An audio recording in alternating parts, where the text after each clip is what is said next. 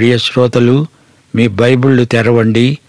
నేటి వాక్య భాగం 1 యోహాను 5వ అధ్యాయం 4 నుండి 8వ వచనం వరకు సావధానంగా వినండి. దేవుని మూలముగా పుట్టిన వారందరూ లోకమును జయిస్తారు. లోకమును జయించిన విజయము మన విశ్వాసమే. యేసు దేవుని కుమారుడని నమ్మేవాడు తప్ప లోకమును జయించేవాడు మరెవడు? నీళ్ల ద్వారాను రక్తము ద్వారాను వచ్చినవాడు ఈయనే, అనగా యేసుక్రీస్తే. ఈయన నీళ్లతో మాత్రమే కాక నీళ్లతోనూ రక్తముతోనూ వచ్చాడు. ఆత్మ సత్యము గనుక సాక్ష్యమిచ్చేవాడు ఆత్మే. సాక్ష్యమిచ్చేవారు ముగ్గురు, అనగా ఆత్మ, నీళ్లు, రక్తము. ఈ ముగ్గురు ఏకీభవించి ఉన్నారు. ప్రియ శ్రోతలు, వింటున్నారా? దేవుని మూలముగా జన్మించిన వ్యక్తి ప్రేమించటానికే పుట్టాడు, అంతేకాదు జయించటానికే పుట్టాడు. నీవు తల్లి కడుపున పుట్టినప్పుడు పాపివి, నీవు నశించిన వాడవు. కాని నీ రెండో జన్మ నిన్ను విజేతను చేసింది. ఈ లోకం నిన్ను శోధిస్తుంది. ఈ లోకము, లోకములో ఉన్నది నిన్ను శోధిస్తాయి. శరీరాశ, నేత్రాశ, జీవపు డంబము కలిసి లోకం. లోకము, దాని ఆశ గతించిపోయేవే. ఏదెను తోటలోని చెట్టు పండు ఆదాము హవ్వలను శోధించింది. అయితే నీవు క్రీస్తునందు విశ్వాసముంచితే నీకు విజయం, ఘన విజయం. లోకాన్ని విశ్వాసంతో జయిస్తాము. విశ్వాసము ద్వారా రక్షణ, విశ్వాసమే మన రక్షణ నిశ్చయత కూడా. విశ్వాసము ద్వారా నీతిమంతులమయ్యాము. యేసుక్రీస్తునందలి విశ్వాసము ద్వారా మనము దేవుని కుటుంబములోకి నూతన జన్మ ద్వారా ప్రవేశించాము, పుట్టాము. నీవు, నేను ఈ లోకాన్ని జయించాలంటే విశ్వాసమే సాధనం. లోకమును జయించే విజయం మన విశ్వాసమే. లోకమును గాని అందులో ఉన్న వాటిని గాని ప్రేమించవద్దు. లోకముతో చెలిమి చేయవద్దు. లోకము, శరీరము, సైతాను మనకు తారసిల్లే శత్రుత్రయం. మనము ఈ లోకములో ఉన్నాము గాని ఈ లోక సంబంధులము కాము. ఈ లోకము మనలను ఆవరించి ఉంది. ఇది మనకు ఒక బోను లాంటిది. పాత నిబంధనలో ఈ సత్యాన్ని విశదీకరించే ఒక దృష్టాంతం ఉంది. యెహోషువ నేతృత్వంలో ఇశ్రాయేలు ప్రజలు వాగ్దత్త భూమిలో ప్రవేశించనై ఉన్నారు. వాగ్దాన భూమి ఇక్కడ పరలోకానికి సూచన కాదు. పరమకానానుకు హక్కుదారులము అంటూ పాటలు పాడేటప్పుడు జాగ్రత్త. కానాను వాగ్దత్త భూమి, అది పరలోకానికి సంకేతమని బైబిలు చెప్పదు. కానాను విశ్వాసులు ఈ లోకంలో జీవించవలసిన స్థితిని చూపుతుంది. విశ్వాసి యొక్క ఇహలోక జీవితాన్ని చూపుతుంది కానాను. అది వాగ్దత్త భూమి. అరణ్యంలో ఇశ్రాయేలీయులు ద్రిమ్మరులై తిరిగారు. విశ్వాసులలో అరణ్యయాత్రలో ఉన్నవారు కూడా ఇప్పుడున్నారు. అయితే అరణ్య ప్రయాణం గడిచింది. కనాను ప్రవేశం విశ్వాసి యొక్క ఇహలోక జీవితానికి దృష్టాంతం. అందులో ఆత్మ సంబంధమైన ప్రతి ఆశీర్వాదము మనకు వాగ్దానము చేయబడింది. యెహోషువ కానానులో ప్రవేశించాడు. అయితే ఆశీర్వాదాలు వాటంతట అవి వచ్చిపడ్డాయి అనుకుంటున్నారా? అంతకు ముందే కనానును ఆక్రమించుకున్న శత్రువులతో పోరాడవలసి వచ్చింది. పోరాటము లేకుండా ఆశీర్వాదాలు మనకు హస్తగతం కావు. శత్రువు చేతిలో నుండి వాటిని మనం లాక్కోవాలి. శత్రువులను జయించాలి. యెహోషువ కనానులో ప్రవేశించగానే 3 శత్రువులను అతడు ఎదుర్కోవలసి వచ్చింది. ఆ శత్రుత్రయాన్ని జయించే వరకు కనాను అతనికి వశం కాదు. ఆశీర్వాదాలు అతనికి హస్తగతం కావు. మొదటి శత్రువు యెరికో. యెరికో లోకానికి గుర్తు. యెహోషువ ముట్టడించిన మొదటి పట్టణం యెరికో. దేశాన్ని 2 భాగాలు చేసి ప్రతి భాగాన్ని ప్రత్యేకంగా ఎదుర్కొందాము అని యెహోషువ ఆశించాడు. ఇక రెండో శత్రువు హాయి. హాయి శరీరానికి సంకేతం. హాయిదేముందిలే, సులభంగా లోబడుతుంది అనుకున్నాడు. కాని యెహోషువ అక్కడే ఓడిపోయాడు. అనేక మంది క్రైస్తవ విశ్వాసులు లోకాన్ని సునాయాసంగా జయించగలరు, గాని శరీరానికి లొంగిపోతారు. విశ్వాసులలో అనేకులకు లోక సంబంధమైన వ్యాసంగాలు ఉండవు గాని శరీరాశలు ఎక్కువ. వారి నాలుక కూడా వారిని పడగొడుతుంది. యెరికో చుట్టూ ప్రదక్షిణం చేయగలరు, హల్లెలూయా నినాదాలు చేయగలరు, గాని హాయి దగ్గర నోరు తెరవలేరు, కుప్పకూలిపోతారు. శత్రువుదే పైచేయి అవుతుంది. ఇక మూడో శత్రువు ఏది అంటారా? గిబ్యోనీయుల మోక. గిబ్యోనీయులు సైతానుకు గుర్తు. వారు మోసగిస్తారు. ఉపాయంతో వచ్చి జొరబడ్డారు. వారు యెహోషువను మోసం చేశారు. సైతాను మోసగాడు, వంచకుడు. అతడు మొదటి నుండి అబద్ధికుడు, అబద్ధములకు జనకుడు. అవును, దేవుని మూలముగా పుట్టినవాడు లోకాన్ని జయిస్తాడు. 1 యోహాను 5:4 యెరికోను జయించగలం. నీవు దేవుని బిడ్డవా? అయితే జయం నీదే. లోకమును జయించే విజయ రహస్యం ఏమిటనుకున్నారు? అదే మన విశ్వాసం. ఇది విజయ విశ్వాసం. ఇది విశ్వాస పోరాటం. యెహోషువ యెరికో అనే శత్రువును, అనగా లోకాన్ని, విశ్వాసమనే ఆయుధంతోనే జయించగలిగాడు. దేవుడన్నాడు, నీ యుద్ధోపకరణాలు శరీర సంబంధమైనవి కావు. యెరికో పట్టణం చుట్టూ ప్రదక్షిణం చెయ్యి. నీ సైనికులు యాజకులే. వారు మోసేది యెహోవా నిబంధన మందసం. వారు బాకానాదం చేస్తారు, అంతే. అదే నీ ముట్టడి విధానం. శత్రుదుర్గాలను నేలమట్టం చేయగల విశ్వాసమంటే అదే. ఆశ్చర్యం గొలిపే యుద్ధనీతి ఇది. సైన్యములకు అధిపతి అయిన యెహోవా చేయించిన యుద్ధం. ఈ యాజక సైనికులు యోర్దాను నది దాటారు. ఎలా దాటగలిగారు? దాటించినవాడు యెహోవా. యెహోషువ నిమిత్తమాత్రుడు. కోట ప్రాకార ద్వారాలు మూయబడి ఉన్నాయి. లోపల శత్రు సైన్యం అప్రమత్తంగా ఉన్నారు. ఇశ్రాయేలు యుద్ధనీతి యెరికో వారికి అర్థం కాలేదు. పట్టణం చుట్టూ తిరుగుతారేమిటి? 6 రోజులు నినాదాలు చేస్తూ కోట చుట్టూ ప్రదక్షిణం చేస్తున్నారే, ఇదెక్కడి వింత? 7వ రోజు ఏం జరిగింది? శత్రువులకు మతిపోయింది. ఒకసారి కాదు, 7 సార్లు ప్రాకారం చుట్టూ తిరిగారు. ఇశ్రాయేలు యాజకులు బూరలు ఊదారు. ప్రజలు బిగ్గరగా నినాదాలు చేశారు. ఆ పళాన కోట గోడలు కుప్పకూలిపోయాయి. ఇశ్రాయేలీయులు పట్టణాన్ని చుట్టుముట్టారు. లోపల ఉన్న శత్రు సైన్యాలు దిగ్భ్రాంతి చెందారు. ఇంతకు ఇశ్రాయేలీయులు యుద్ధం చేశారా? అది ఆధ్యాత్మిక యుద్ధం, యెహోవా చేసిన యుద్ధం. ఆయన శత్రువులకు అదృశ్యుడు. దేవుని ఆజ్ఞ ప్రకారమే యెహోషువ ఆధ్యాత్మిక ఆయుధాలే వాడాడు. యెహోషువ 5:13-15 వరకు ఈ యుద్ధంలోని కీలకం వివరించబడింది. యెహోషువ కన్నులెత్తి చూడగా దూసిన కత్తి చేత పట్టుకొని ఉన్న ఒకడు అతని చెంత నిలిచాడు. యెహోషువ ప్రశ్న: నీవు మా పక్షముగా ఉన్నవాడవా, మా విరోధుల పక్షముగా ఉన్నవాడవా? కత్తి దూసి నిలిచావేమిటి? ఆ వచ్చినవాడు ఎవరో కాదు, యేసుక్రీస్తే. యెహోవా సేనాపతిని నేను అన్నాడా వ్యక్తి. అప్పుడు యెహోషువ నేలమట్టుకు సాగిలపడి నమస్కారం చేశాడు.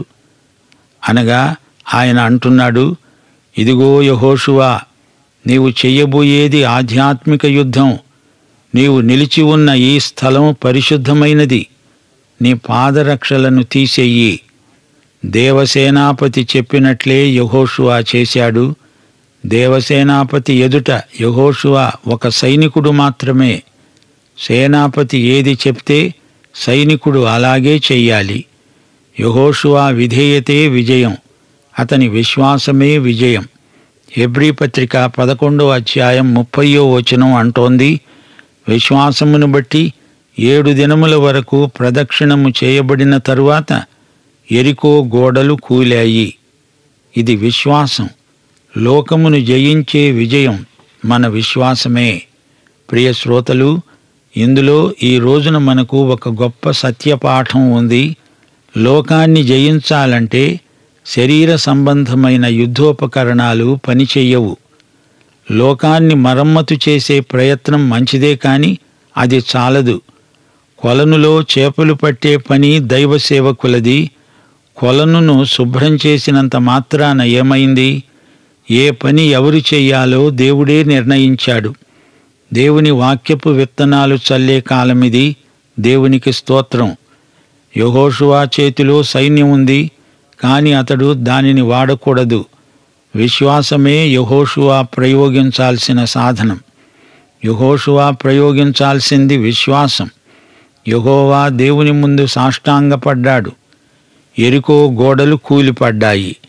ప్రియశ్రోత, నీవు విశ్వాసము ద్వారా రక్షించబడ్డావు. లోకాన్ని జయించాలంటే విశ్వాసాన్ని మించిన మరో ఆయుధం లేదు. యేసు దేవుని కుమారుడని నమ్మేవారు తప్ప లోకాన్ని జయించేవాడు మరెవడు? నీవు నిజంగా దేవుణ్ణి నమ్మితే అప్పుడు నీ బలము, నీ శక్తి ఎందుకు? దేవుని శక్తే నిన్ను కాపాడుతుంది. యేసు రక్షణ శాశ్వతమైనది. క్రీస్తునందలి విశ్వాసమే మనకు ఇహపరములలో రక్ష. నీళ్ల ద్వారా, రక్తము ద్వారా వచ్చినవాడు ఈయనే, అనగా యేసుక్రీస్తే. ఈయన నీళ్లతో మాత్రమే కాక నీళ్లతో రక్తముతో వచ్చాడు. ఆత్మ సత్యము గనుక సాక్ష్యమిచ్చేవాడు ఆత్మే. శ్రోతలు వింటున్నారా? యేసుక్రీస్తు శిలువపై చనిపోయాడు. ఆయన ఎముకలలో ఒక్కటి విరువబడదు అని ప్రవచనముంది. శిలువ మీది వ్యక్తి త్వరగా చనిపోవాలి. అందుకే అతని కాళ్ళు, చేతులు విరగ్గొడతారు. కాని యేసు ప్రభువుకు అలా జరగలేదు. యోహాను సువార్త 19వ అధ్యాయం 33 నుండి 35వ వచనం వరకు, వారు యేసునొద్దకు వచ్చి అంతకు ముందే ఆయన మృతి పొంది ఉండటము చూచి ఆయన కాళ్ళు విరుగగొట్టలేదు గాని సైనికులలో ఒకడు ఈటెతో ఆయన ప్రక్కను పొడిచాడు. వెంటనే రక్తము, నీరు కారాయి. ఇది చూచినవాడు సాక్ష్యమిస్తున్నాడు. అతని సాక్ష్యము సత్యమే. మీరు నమ్మునట్లు అతడు సత్యము చెబుతున్నాడని ఆయన ఎరుగును. యేసు సిలువ వేయబడుతూ ఉండగా యోహాను స్వయంగా అదంతా చూచాడు. మరెవరూ చూడనిది యోహాను పరిశీలనగా చూచాడు. మిగతా అపొస్తలులందరికంటే యోహాను సిలువకు దగ్గరగా ఉండి చూస్తున్నాడు. సిపాయి యేసు ప్రక్కన బల్లెంతో పొడవగానే రక్తము, నీరు కారాయి. రక్తమొక్కటే కాదు, రక్తంతో పాటు నీరు కూడా కారింది. దీనిని చూచి యోహాను అందలి పరమార్థాన్ని గ్రహించాడు. ఈ సంగతి తన సువార్తలో రాశాడు. అదే విషయం తన పత్రికలో పునరుద్ఘాటించి చెబుతున్నాడు. ఆయన నీటి ద్వారా వచ్చాడు. నీరు అంటే వాక్యం. ప్రభువు నికోదేముతో మాట్లాడుతూ అన్నాడు, ఒకడు నీటి మూలముగా, ఆత్మ మూలముగా జన్మించని ఎడల అతడు దేవుని రాజ్యములో ప్రవేశింపలేడు. యోహాను సువార్త 3వ అధ్యాయం 5వ వచనం. నీరు సజీవ వాక్యానికి పోల్చబడింది. ఈ వాక్యాన్ని దేవుని ఆత్మ మనకు అన్వయిస్తాడు. ఆయన నీటి ద్వారా వచ్చాడు. అది వాక్యం. ఆ వాక్యాన్ని దేవుని ఆత్మ వాడుతాడు, ప్రయోగిస్తాడు. రక్తం యేసు మరణాన్ని సూచిస్తుంది. యేసుక్రీస్తు నీటి ద్వారా, రక్తం ద్వారా వచ్చాడు అంటే దానికి ఇదే అర్థం. ఆత్మే సాక్ష్యమిస్తున్నాడు. ఆత్మే సత్యం. ఈ దివ్య సత్యాలను సజీవపరిచేది పరిశుద్ధాత్మే. దేవుని అక్షర సత్యంలోకి జీవం పోసేది పరిశుద్ధాత్మే. యేసు తన మరణ పునరుత్థానములకు మధ్యకాలంలో పెంతెకొస్తు దినానికి ముందు అన్నాడు, శిష్యులారా, మీరెక్కడికి వెళ్ళవద్దు, ఏమీ చెయ్యవద్దు, ఇక్కడే ఉండి కనిపెట్టండి, యెరూషలేములోనే ఉండండి. అప్పుడే సాక్ష్యమివ్వడం మొదలు పెట్టకండి. ఎందుకని అలా అన్నాడు?